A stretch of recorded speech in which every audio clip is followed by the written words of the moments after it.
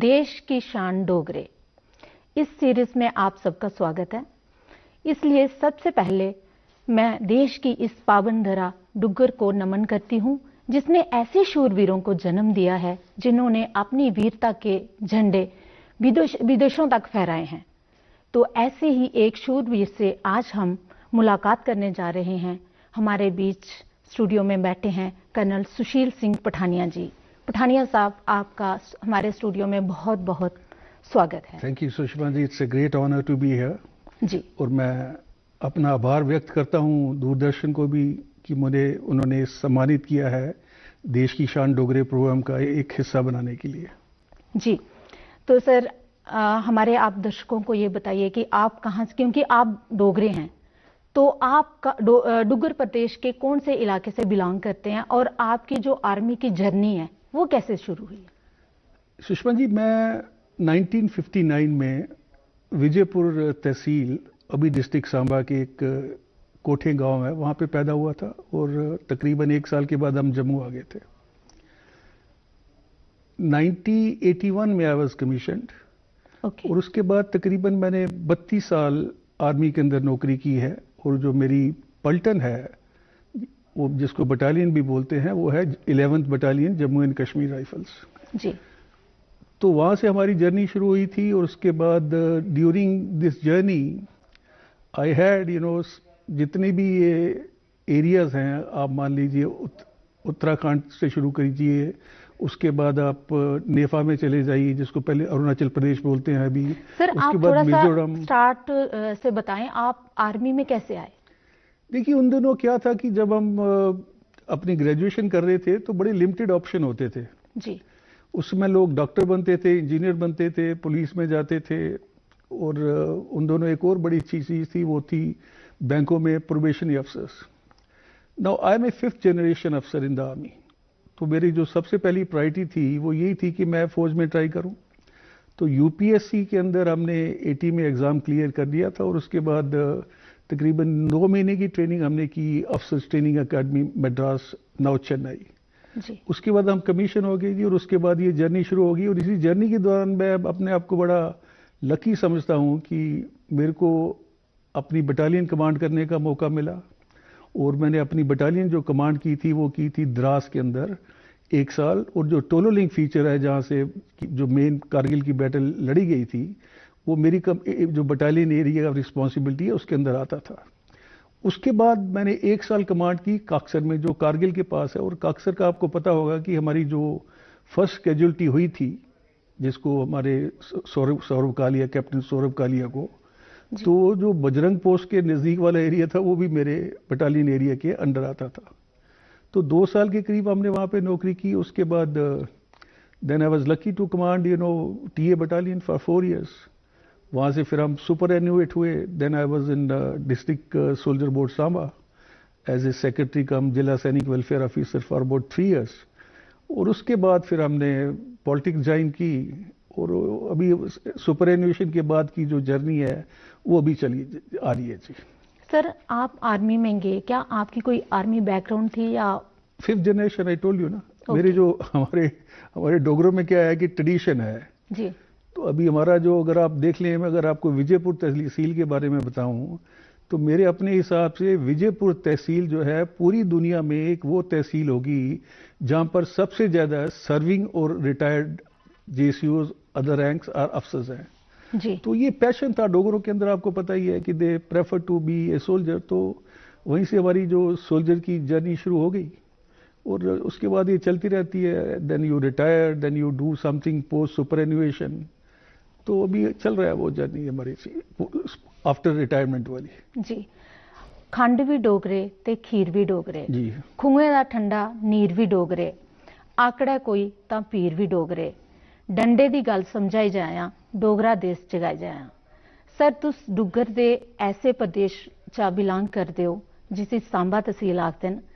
सांबा तहसील दा गुड़ा सलाथिया ग्रां है जेड़ा, उसका नाम गिनीज बुक ऑफ रिकॉर्ड च भी शामिल है। तो सर, ये बहुत प्राउड की बात है कि आप वहां से बिलोंग करते हैं।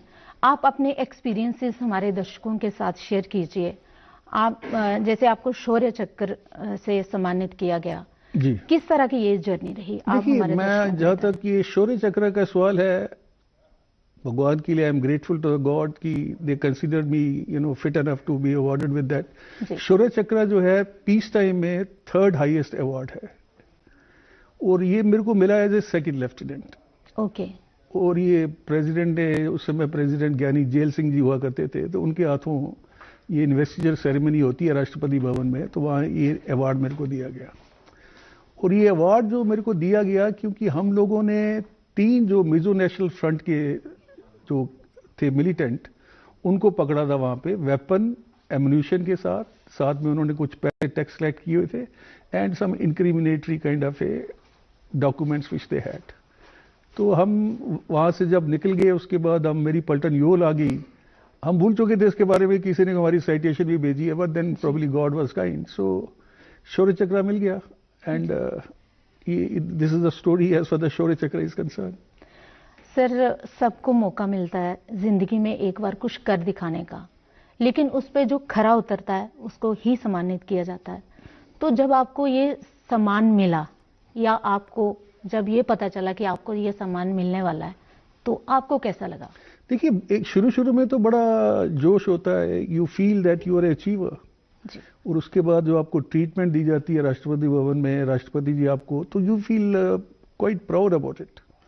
उसके बाद फिर अभी जहाँ तक शौर्य चक्र का सवाल है, हमारी जो गवर्नमेंट है वो भी इसमें काफ़ी देती है। अभी मेरे पास एक रेलवे का कॉम्प्लीमेंट्री पास है, जहाँ मैं अपने कंपेनियन के साथ any number of times I can travel anywhere without any cost.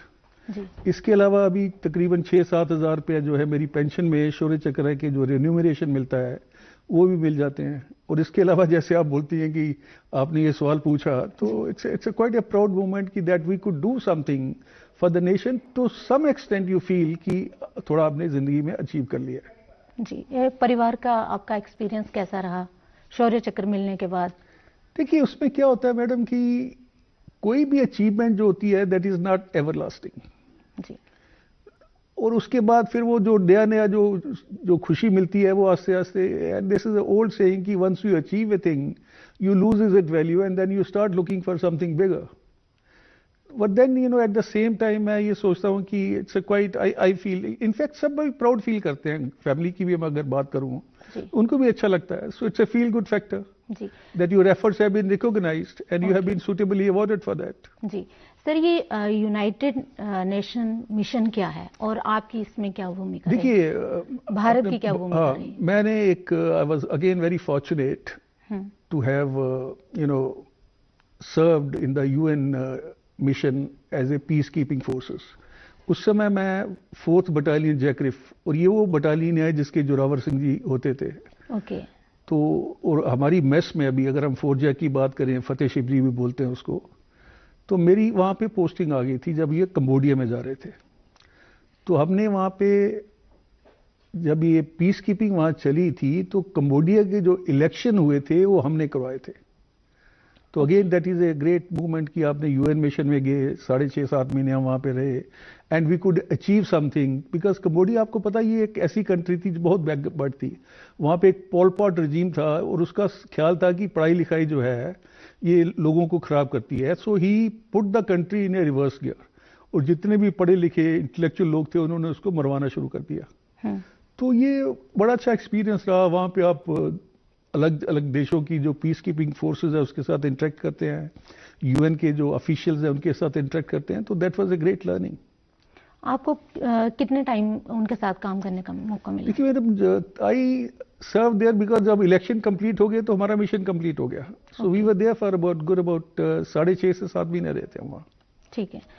आपको देश के कौन कौन हिस्सों में जाने का कहाँ मौका मिला और वहाँ का कैसा एक्सपीरियंस रहा? देखिए, मेरी सबसे पहली पोस्टिंग जब मैं सेकंड लेफ्टिनेंट था, मैं गया था मिजोरम में। जी। मिजोरम के बाद हम लोग योल आए, योल के बाद हम लोग पठानकोट गए, फिर अमृतसर गए, फिर उसके बाद उत्तरांचल में गए, उत्तरांचल नहीं क्या बोल रहा हूँ, ये नेफा, अरुणाचल प्रदेश, वहाँ पे नौकरी की। उसके बाद कंबोडिया में नौकरी की। उसके बाद श्रीनगर में मैं उड़ी में था company commander. Then as a CO I was in Badami Bagh and Sonamarg. उसके बाद मैं as a deputy commander I was in Qazigund तो 2 सेक्टर हेड आरआर का जो था वहाँ पे। और उसके बाद then I commanded 126 TA battalion in Madhopur. वहीं से मैं रिटायर हो गया था जी। और उसके बाद जैसे मैंने आपको पहले बताया है कि I came as a secretary soldier board या जिला सैनिक वेलफेयर ऑफिसर जो होता है सामा में, जहाँ मैंने 3 साल की नौकरी की। और वो एक बहुत ही अच्छा मेरे लिए मूवमेंट था where I could serve the people, my fraternity, ex serviceman, their families and their kids. So that is one of the memorable tenure I had. And उस समय मैं तकरीबन 50 गांव में घूमा था जी, just to spread the awareness. Because लोगों को जो जैसे ये रामगढ़ विजयपुर एरिया के जो है सांबा के, उनको तो पता है, लेकिन जो कंडी एरिया के लोग हैं वो आते नहीं थे वहाँ पे, और ना उनको ये पता था कि कौन कौन सी स्कीम उनके लिए लागू है। So that was very very satisfying and very very happy tenure. Sir, आज की जो जनरेशन है वो आर्मी की तरफ थोड़ा कम उनका रुझान है, तो आप उनको क्या कहना चाहेंगे? देखिए, मैं अपने अनुभव के आधार पर ये बोल सकता हूँ कि आर्मी की जो सर्विस है एक यंगस्टर के लिए, वो सबसे बेस्ट सर्विस है। आपका एडवेंचर है, आप देश की सेवा कर रहे हैं, आप नए नए लोगों से मिल रहे हैं, आपका एक्सपोजर हो रहा है। अभी वो घट क्यों गई, मैं भी इसके ऊपर पीछे आता हूँ कि देखिए इस समय अपॉर्चुनिटी बहुत है, और कोई भी आदमी जो है, बच्चा है, वो देखता है कि उसको कंफर्ट जोन कहाँ मिल सकता है। देखिए, आप अगर आर्मी में है तो आपको इंसर्जेंसी मिलिटेंसी से लड़ना पड़ेगा, आपको पहाड़ों में रहना पड़ेगा, जैसे बाहर निकलना पड़ेगा, है ही नहीं वो। और आजकल की जो जनरेशन है वो अपना कंफर्ट जोन को ज्यादा प्रेफर करती है। अभी देखिए ना, आईआईटी, आईआईएम, एमबीए, दुनिया भर की चीजें खुल गई हैं कॉर्पोरेट वर्ल्ड में। वहाँ पे पे भी अच्छी है, डिग्री ऑफ डिफिकल्टीज भी नहीं है, लाइफ के ऊपर रिस्क भी नहीं है। तो आस्ते आस्ते जो यूथ है वो ज्यादा आकर्षित हो रहा है towards money and materialistic world. But still there are some people who feel that they should choose a life which जिंदगी को थोड़ी सी वो सार्थकता मिल सके, जिंदगी में कुछ जोश बचा रह सके। और सबसे बड़ी भावना जो होती है कि I am serving my nation. वो तो सारे सर्व करते हैं, बट जिसके अंदर जब आपकी कुर्बानियां देनी पड़ती हैं, आपको अलग अलग जगहों में रहना पड़ता है, जैसे साइचन है, या यहाँ पे मैं जो बता रहा था आपको कारगिल वाला, वहाँ पे मेरा जो बटालियन हेडक्वार्टर था उसकी जो हाइट थी 14,500 फीट थी। तो आपको अब एक साइचन में तो फिर भी ठीक है, वहाँ आपकी 3 महीने के बाद रोटेशन हो जाती है, लेकिन वहाँ भी इतनी हाइट है तकरीबन जितनी मेरी इसमें थी। और मेरी जो कंपनी की जो पोस्ट थी, sometime they were more than 17,000 जी। तो ये अच्छा अनुभव रहा है। आदमी सीखता है जिंदगी के बारे में, आदमी सीखता है लीडरशिप के बारे में, आदमी सीखता है मोटिवेशन के बारे में, आदमी सोचता है कि वो अपनी दिमाग लगा के अपनी ट्रुप्स का जो वेलफेयर है वो कैसे कर सकता है। So a wonderful experience to be in command. जी सर, ਜਿਹੜੇ ਸਾਡੇ डोगरे ना जी, वो मुंडा थमां गए आर्मी च जाना पसंद करते हैं। हूँ बच्चे कुछ नहीं जाते हैं, पर फिर भी जेड़ा जज्बा है वो की डोगरें दे ब्लड च है। डोगरे जेड़े न वो अपनी वीरता आस्ते पूरे देश च जेड़े न देश के विदेशों तक भी जाने जाते हैं। ते तुस के समझते हो कि इन्हें गी अगर इस लाइन नाली बक्खी थोड़ा अक्सर करना होवे जां इन्हें गी अग्गे ले जाना होवे ते किस चाली कन्नै इन्हें मोटिवेट किया जा सकदा? देखो, जिथों तक जवाने का सवाल है ना जी, खासकर अगर अस गल करचे जम्मू दी, अस गल करचे हिमाचल दी जी, ते इहदे लोकें दी जेहड़ी पहली प्रायोरिटी है फौज है। क्योंकि एक ते सरकारी नौकरी है जी, बिल्कुल, पे बड़ी शैल है, आजकल पेंशन भी मिलती जी, दुनिया चक्कर लाने का मौका भी मिलता, तो ਉਹਦੇ ਚ कोई कमी नहीं है। प्रॉब्लम आवा दी अफसर लेवल च भी, और ਉਹਦੇ ਚ भी ये ਜਿਹੜੀ साड़ी 2-3 स्टेटां जियां पंजाब होई, हिमाचल होई आ, थोड़ा जम्मू होई आ, सो उत्थे लोग बड़े तैयार ने, मारा मारी पेदी है।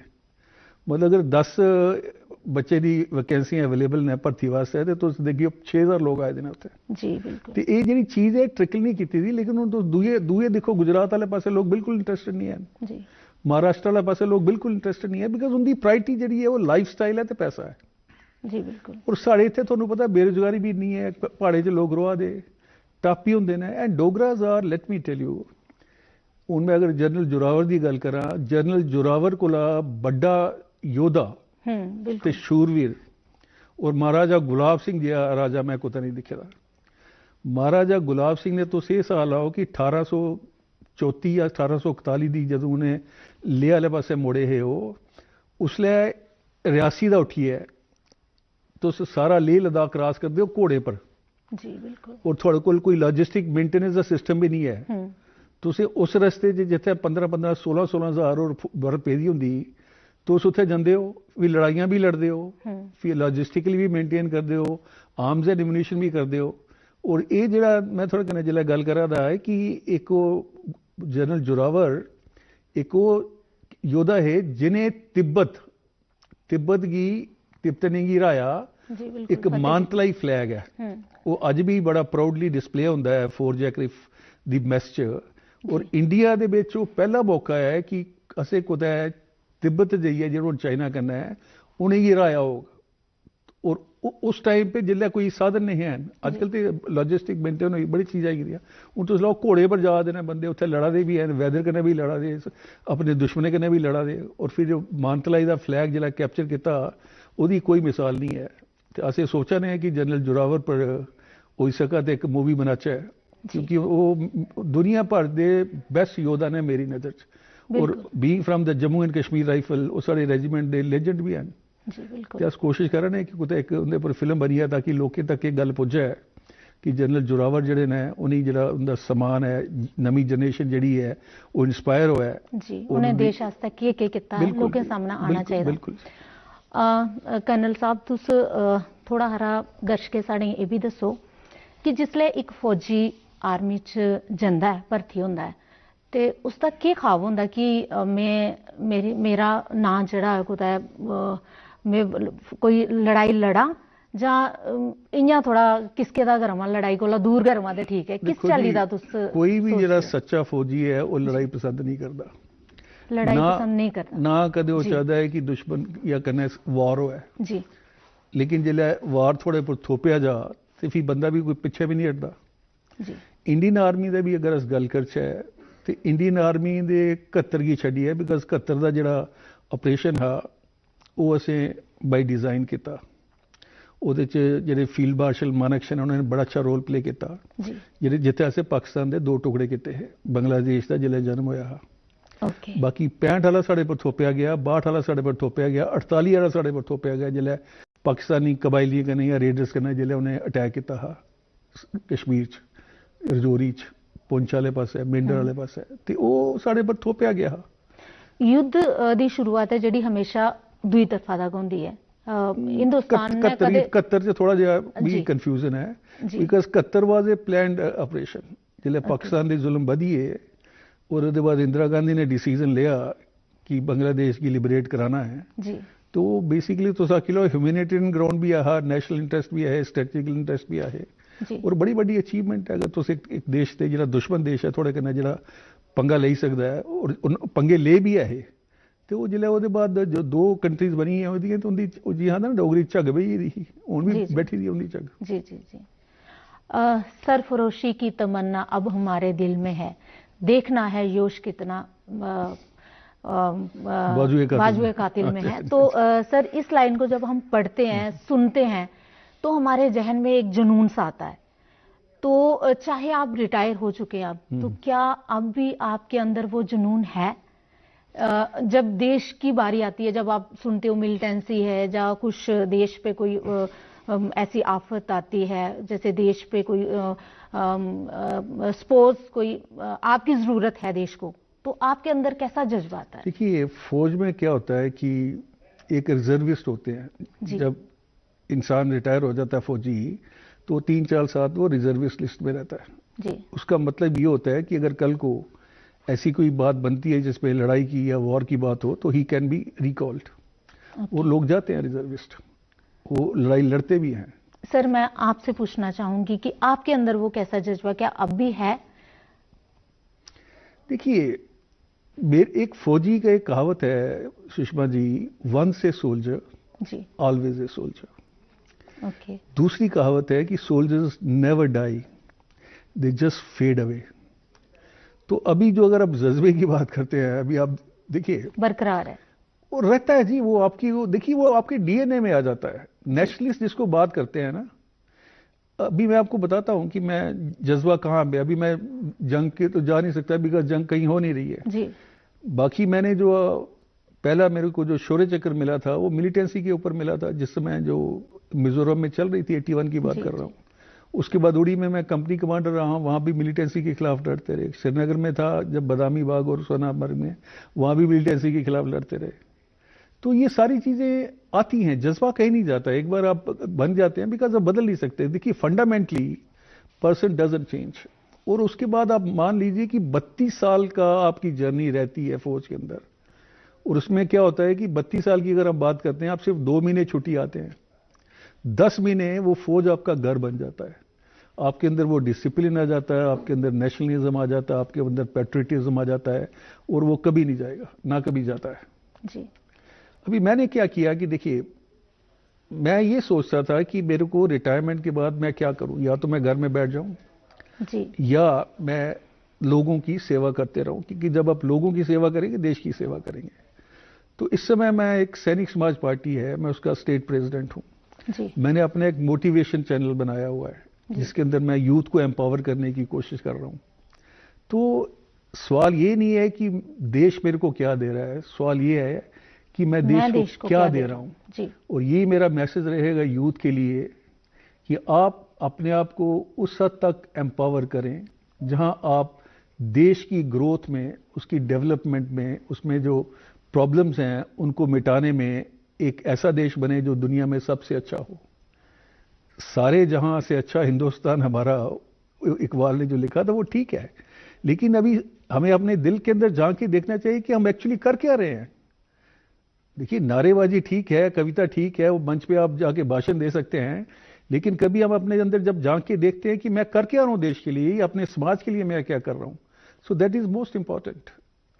आपने YouTube चैनल खोला मोटिवेशन के लिए, जी। लोगों को, आप बच्चों को, जनरेशन जो नई जनरेशन है उसको मोटिवेशन दे रहे हैं, बहुत अच्छी बात है। लेकिन पॉलिटिक्स से तो हमेशा दूर ही रहते हैं जो आर्मी वाले हैं, तो आपको क्या लगता है आप ऐसे देश का सुधार कर पाएंगे? ये माइंडसेट है। देखिए फौजी को ये लगता है कि पॉलिटिशियन जो है वो अच्छे लोग नहीं है, ये उनका अपना नजरिया है। और मेरे को ये लगता है कि जो अच्छे लोग हैं, जो कॉम्पिटेंट लोग हैं, जो करप्टेड नहीं है, जिनके पास विजन है, जिनके पास कॉम्पिटेंस है, ऐसे लोगों को रिटायरमेंट के बाद तो आप बराबर हो जाते हैं ना।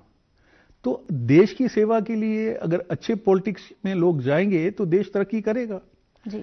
क्योंकि अगर आप देखिए, अभी देखिए, मैं किसी की बात नहीं कर रहा हूं, पॉलिटिकल बात नहीं कर रहा हूं, साउथ कोरिया देख लीजिए, जापान देख लीजिए, चाइना देख लीजिए, ये तीनों कंट्री तकरीबन, चाइना हमारे बाद आजाद हुआ है, साउथ कोरिया देख लीजिए और जापान देख लीजिए। Japan was a devastated nation. Exactly. अभी ये कहां पर है और हम कहां हैं, ये झांकना जरूरी है। क्यों हम वहां हैं जहां पे बाकी कंट्रीज पहुंच गई, वो भी जानना जरूरी है। तो जब देश के अंदर करप्शन नहीं होगा, नेपोटिज्म नहीं होगा, डिस्क्रिमिनेशन नहीं होगा, अपने पॉलिटिकल एजेंडा जो है वो, वैसे तो कहने में अच्छा है कि नेशन ऑलवेज फर्स्ट, बट अगर आप देखेंगे कितने लोग इसमें या कितने नेता इसके अंदर बिलीव करते हैं, वो ये कहते हैं जी पार्टी सबसे बड़ी है, पार्टी से देश बड़ा है, लीडर से पार्टी बड़ी है, but somehow our political reforms are due. ना सिर्फ पॉलिटिकल रिफॉर्म, हमारे जुडिशियल रिफॉर्म भी होने चाहिए, पुलिस रिफॉर्म भी होने चाहिए, रेवेन्यू के अंदर भी रिफॉर्म होनी चाहिए, सिस्टम के अंदर अकाउंटेबिलिटी आनी चाहिए, ट्रांसपेरेंसी आनी चाहिए, गवर्नेंस के अंदर, एडमिनिस्ट्रेशन के अंदर। और ये चीजें तभी होंगी जब लोग आगे बढ़ के बोलेंगे। देखिए democracy, for the people, of the people, by the people कहावत है, वो भी ठीक है, लेकिन अगर आप देखें कितने लोग हैं जो जब कोई गलत चीज होती है उसके खिलाफ आवाज उठाते हैं, बहुत कम। और उसमें सिर्फ पॉलिटिशियन ही आगे मिलेंगे। नॉर्मल जनता को भी मैं ये मैसेज दूंगा कि आप अपना देखिए, अपने देश का देखिए, अपने मोहल्ले का देखिए, अपने शहर का देखिए, अपनी यूनियन टेरिटरी का देखिए कि इसको हम कैसे आगे ले जा सकते हैं और कहां पे कमियां हैं उनको प्रोजेक्ट करें through various forum, and then you know as they say things will shape up better. जी। मेरी आपसे बात हो रही थी तो आप कह रहे थे कि मैं कोई ऐसा ट्यूटोरियल शुरू करना चाहता हूँ जिसमें मैं ट्रेनिंग दे सकूं। जो बच्चे फी नहीं इतनी अफोर्ड कर सकते, तो मैं उन डोगरे बच्चों को या और भी अगर बच्चे आना चाहें तो मैं उनको ट्रेनिंग देना चाहता हूँ। तो आपके मन में ये कैसे आया? देखिए बात यह है कि देने की भावना जो है जी, कहने में तो अच्छा लगता है, लेकिन उसको आप एग्जीक्यूट बड़े दिनों में पिछले 6 साल से सोच रहा हूँ ये। जी। देखिए इसमें क्या होता है कि रिक्रूटमेंट के अंदर अगर आपकी फैमिली का एक बच्चा फौज में चला जाता है तो पूरे परिवार का जो भविष्य है वो सुधर जाता है, सुरक्षित। अभी उसके लिए क्या होता है, इसके अंदर रिटन एग्जामिनेशन होता है और एक फिजिकल एक्सरसाइजेज होती है, दौड़ वगैरह, ऑब्स्टेकल वगैरह। मैं जब सांबा में था तो मैंने देखा कि सारे लोग, अभी भी आप गांव में चले जाइए, वहां पे लोग सवेरे उठ के भागना शुरू कर देते हैं, लेकिन रिटन की कोई तैयारी नहीं करता क्योंकि उसके पास वो साधन उपलब्ध नहीं होते हैं। तो भी यहाँ पे काफी इंस्टीट्यूशन कर रहे हैं, अगर भगवान की मेहरबानी रही तो हम भी स्टार्ट करेंगे और उनको बेस्ट डील देंगे जहाँ पे उनको रिटन की कोचिंग दी जाएगी, साथ साथ जो है मैं उनकी पर्सनैलिटी डेवलपमेंट मैं खुद करूंगा और उसके अलावा उनको जो फिजिकल ट्रेनिंग वो भी दी जाएगी, क्योंकि 100 नंबर का इसके अंदर रिटन होता है, 100 नंबर का फिजिकल होता है। फिजिकल में तो आपके चलो 10 में से अगर 8 आते हैं या 6 आते हैं, लेकिन अगर आप रिटन में क्वालिफाई नहीं करते तो आप सिलेक्ट नहीं हो पाएंगे। बट ये अवेयरनेस वाली बात है, ज्यादातर लोगों को इसका पता ही नहीं है, वो यही सोचते हैं कि दौड़ दौड़ के मैं निकाल लूंगा, वैसे होता नहीं है।